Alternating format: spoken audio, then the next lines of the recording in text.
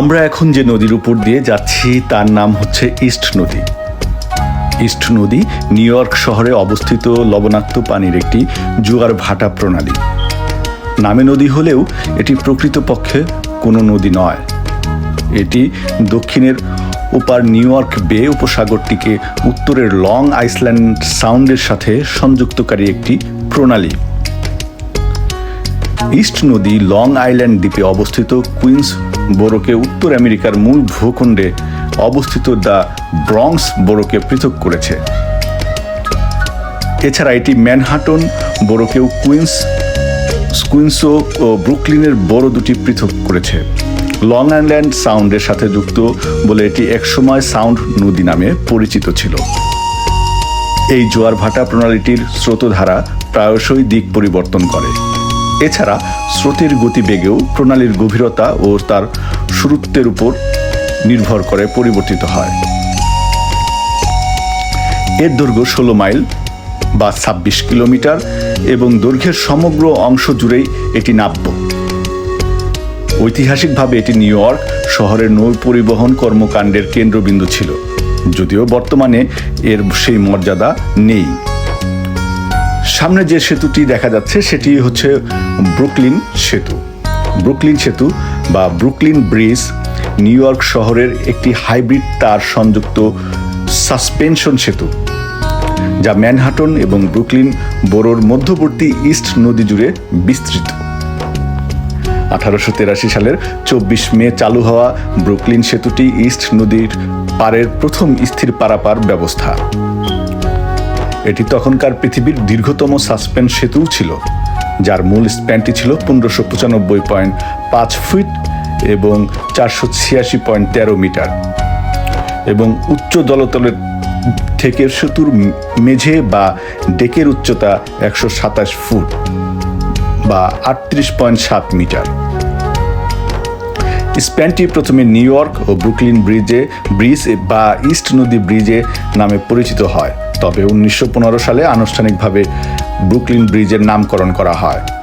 Brooklyn সেতুটি উত্তরের Manhattan সেতু, উইলিয়ামসবার্গ সেতু এবং কুইন্স বারো সেতুর সাথে ম্যানহাটন দ্বীপ এবং লং আইল্যান্ডকে সংযোগকারী 4টি টোলমুক্ত যানবাহন সেতুর দক্ষিণতম। সেতুটিতে কেবল যাত্রীবাহী যানবাহন এবং পথচারী এবং সাইকেলের চলাচলের অনুমতি রয়েছে। উদ্বোধনের পর পর্যটকদের একটি বড় আকর্ষণ ব্রুকলিন সেতু নিউ ইয়র্ক সিটির আইকনে পরিণত হয়। বছরের পর বছর ধরে সেতুটি বিভিন্ন শারীরিক কসরত, স্ট্যান্ড এবং অনুষ্ঠান পারফরমেন্সের স্থানের পাশাপাশি বেশ কয়েকটি অপরাধ ও আক্রমণ স্থান হিসেবেও ব্যবহৃত হয়। ব্রুকলিন সেতুকে একটি জাতীয় ঐতিহাসিক ল্যান্ডমার্ক, নিউ ইয়র্ক সিটির একটি ল্যান্ডমার্ক এবং একটি জাতীয় ঐতিহাসিক সিভিল ইঞ্জিনিয়ারিং ল্যান্ডমার্ক মনোনীত করা হয়।